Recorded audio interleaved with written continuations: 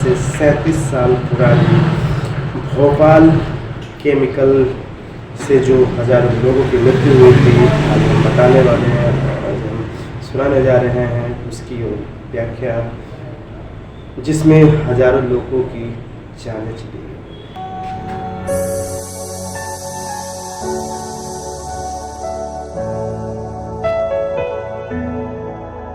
1969 ईस्वी में स्थापित ये यूनियन कार्बाइड कंपनी भोपाल शहर के एक छोटे से असलम के बीचों बीच स्थापित ये कंपनी एक डेंजरस खतरनाक एटम बम से कम नहीं थी। शायद आपने इस यूनियन कार्बाइड कंपनी का नाम सुना होगा, क्योंकि एक बहुत ही बड़ी कंपनी है ये यूनियन कार्बाइड। शायद आपने अगर नाम नहीं सुना हो तो इसके प्रोडक्ट को तो आप जानती होंगे, क्योंकि ये उस समय जो एंटीबायोटिक आती थी और बहुत सारे ऐसे प्रोडक्टों से खास रूप से ये कीटनाशक तैयारी किया करता था, इसका प्रोडक्ट था। और कौन जानता था ये कीटनाशक तैयार करने वाले इंडस्ट्रीज वहाँ के रहने वाले असलम में रहने वाले लोगों को ही नाश कर डालेगा, क्योंकि कंपनी बहुत पुरानी थी, फैक्ट्रियाँ और इंडस्ट्रीज जो थी बहुत पुरानी थी, और उसमें का जितना भी पार्ट पुर्जा जो सामग्री थे इंडस्ट्रीज का बहुत पुराना हो जाने के कारण से सही ढंग से काम नहीं कर पा रहे थे। यहाँ तक कि कई जो वो बड़े बड़े टैंकों पे जो मीटर लगा हुआ था वो भी काम नहीं कर पा रही थी। कुछ तो ऐसा था कि अगर ऐसा कुछ घटना होता है और जो सायरन होता है उस चीज़ को भी हटा दिया गया था वहाँ से, और वहाँ का जो सुपरवाइज़र था वो प्रोडक्शन का काम काफ़ी मात्रा में बढ़ा दिया था, क्योंकि शॉर्टकट में चाहते थे प्रोडक्शन ज़्यादा हो। बचाव के चक्कर में ऐसा हुआ, क्योंकि टैंक से रिलेटेड जो कुछ पाइपें थी वो जाम सा हो चुका था, और उसमें सही तरह से वाटर का जो है तो वो पासिंग नहीं हो पा रही थी, और जो सुरक्षा कवच बोले या जो भी बोले सेफ्टी नामक कोई चीज़ नहीं थी।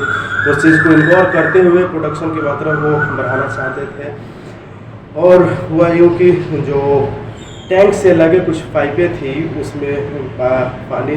पास नहीं हो पा रही थी। उसे साफ़ करने के चक्कर में उसे पानी से धो के प्रेशर मार के धो रहे थे। इसके वजह से उसमें उस पाइप से जो छोर था उसमें पानी आना बंद हो गया, और वो जो पानी का जो प्रेशर था वो प्रेशर पानी का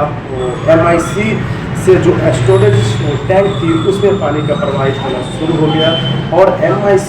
और पानी का मिश्रण बहुत ही घातक होता है। शायद इस चीज़ों के बारे में काफ़ी गंभीरता से नहीं लिया वहाँ के सुपरवाइजर, जिसके वजह से हुआ यूँ कि टैंक नंबर 609 और 610, 612, जो कि 610 में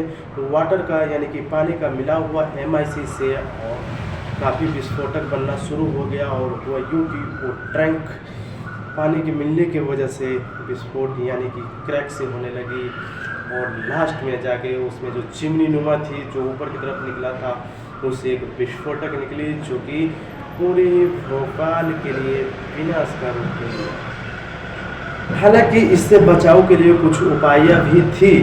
जो कि कुछ उपाय ये थी कि अगर इस तरह से अगर विस्फोट होती है, अगर उसमें की गैसें जब लीक होती हैं तो वाटर पाइप के जरिए हम उसे फोर्सेस करके उसे कम किया जा सकता था। बट बात ये थी कि जब वाटर पाइप जब वहाँ के वर्कर्स ने मिलकर उस वाटर पाइप को चालू किया और फोर्सेस सब डाली, तो इतनी ऊंचाई थी उस चिमनी नुमा आकारों की कि वहाँ तक पहुँच नहीं पाई, और ये गैस पूरी देखते ही देखते पूरी भोपाल शहरों में फैल गई, और हुआ यूँ कि उसकी गैस लोगों के और उस असलम में रहने वाले लोगों की और वहाँ से 8 से 10 किलोमीटर के दायरे में रहने वाले लोगों के बीच वो गैस पहुँचना शुरू हुआ। लोगों के घर तक विंडोज से, गेट से या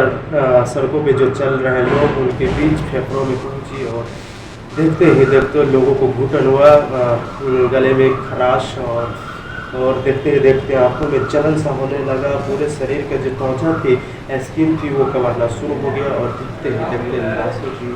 ढेर लगी। कार्बाइड के जो CEO थे उनको दोषी ठहराया गया और उनके ऊपर मुकदमा भी की गई। हालांकि ये केसेस अभी भी ओपन है, अभी भी वर्तमान समय में भी ये केसेस ओपन है और चल रही है। लेकिन CEO जो थे उनका वाइड कॉल का कहना था कि ये जो घटना घटित हुई है वहाँ के जो लोकल वर्कर्स थे उन्हीं के कारण ये घटित हुई है, क्योंकि उनकी वीकनेस उनके कमजोरिया के कारण ये सारी घटना घटित हुई है। या सरकारें हैं उसकी वजह से ये सारी घटना घटित हुई है, क्योंकि जो चीज़ मौजूद है जो हमें चाहिए थी वो नहीं मिल पाया, इसकी वजह से ये